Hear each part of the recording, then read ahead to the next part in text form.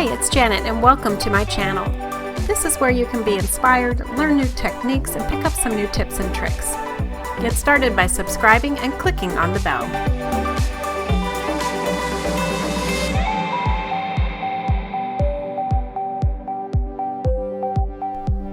Alright everybody, here is my wonderful card. I'm so happy with how this turned out. It's very spooky looking and fun. And I made all of this with cut cardstock, except for a few minor exceptions. Now, the base of the glass is made with the Stardream metallic Lagoon, and I thought that would give it the look of the glass edge, and it did do that just perfectly for me. You'll see in the rest of the video how I used it, but it's the main base to this glass. Then the light color of green, this is Pop Tones in Limeade, and it's the perfect shade for this as well. But I love this shade. I've used it for lots of summer cards. I love the neon green part of it. It's great for beach scenes and all kinds of things. Now this darker green section is something that I did have to pull out of my stash. I have no idea what card company it belongs to or cardstock company, but I had to find the right tone of green, and that just worked out well.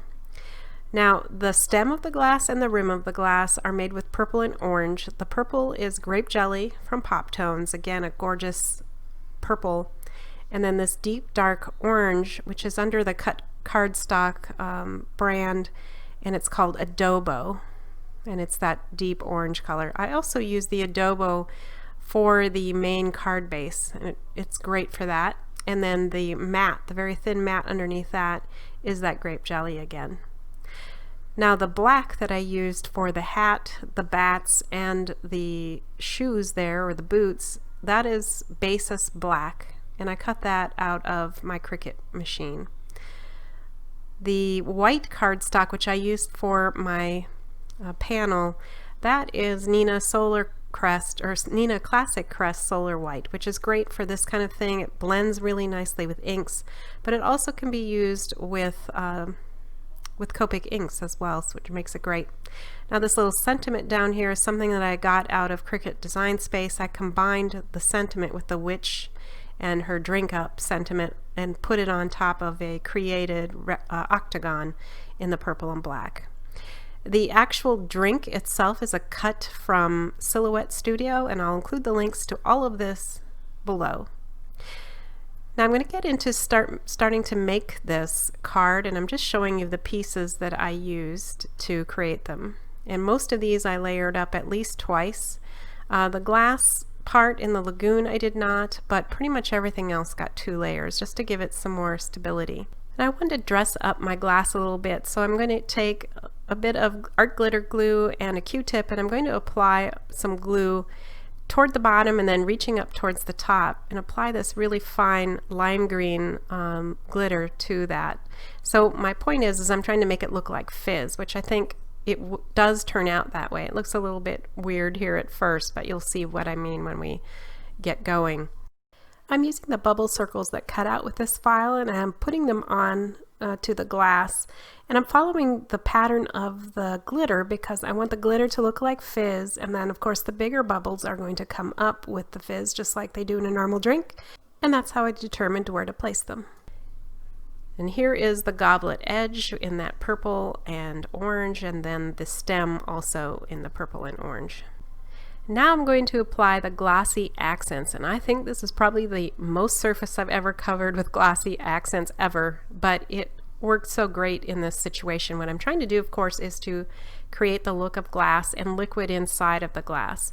And I'm using those little pieces of bubble cardstock pieces to stop the glossy accents from going on top of those, because I'm going to apply something else there to create my bubbles. So I covered the whole entire thing, and I think it looks great. And the finished piece, it looks awesome as well. All right, so now I'm going to use something I haven't used in a long time either. This is Beads in a Bottle by Tulip. It has a little tiny bit of glitter in that green, but it was such a perfect color for this. All right, so this is my mask that I created by cutting out a oval using a piece of typing paper or copy paper, and I'm applying the Zig two-way glue, and I'll do that to both pieces because I need both of them for masks. So this is my Neenah Classic Crest panel, and I'm covering it with the Distressed Oxide in Antique Linen. And it has that great yellow glow that is so much like the moon. And it also really helps a lot to create depth as you add the different colors that you're going to create to make this night sky. So I used Wilted Violet, Blueprint Sketch, and Black Soot in the Distressed Oxide again, and just blended in the blues and the purples first, and then using the black on top, and especially concentrating on the edges.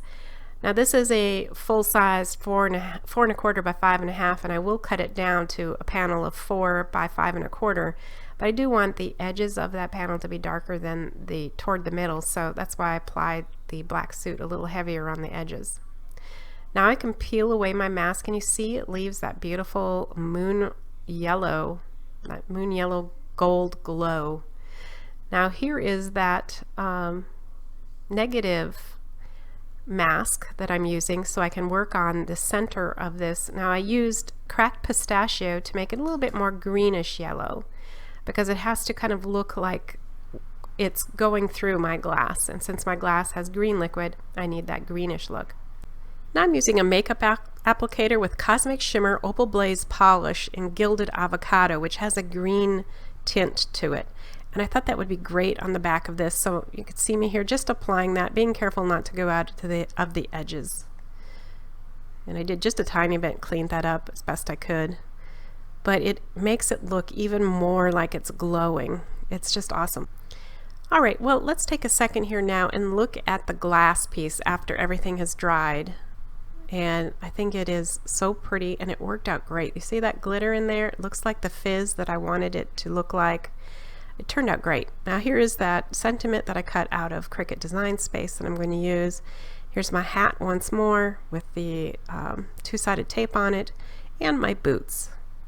And I'm going to put a little bit of two-sided tape just on the right and left sides of the boots. Okay, so here is the panel. It is just beautiful. All right, so now we're going to go ahead and start assembling this. So I'm going to start by putting on the top of the witch's hat. And of course I put glue on here before I remembered that I had the two-sided foam tape on it, but that's okay, because if you put glue down and put two-sided foam tape on it, it's going to allow you to move things around a little bit before you have to live with it. And in this case, it was important that I did get it pretty precisely placed, so it worked out okay, actually. And at this point then I can go ahead and glue it down to the card base, or the card panel itself. And I'm going to place it so that that glow is right in the middle of the goblet. And again, what I'm hoping to go for here, and I think I achieved, is that that glow is coming through the glass. And I just love how that turned out.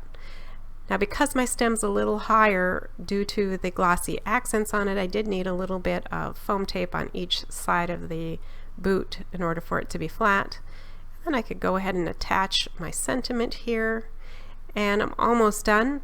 I've got to now put on my bats, and these are cut from Cricut Design Space as well, and I was trying to go, place them the way that I remember from Scooby-Doo's cartoons.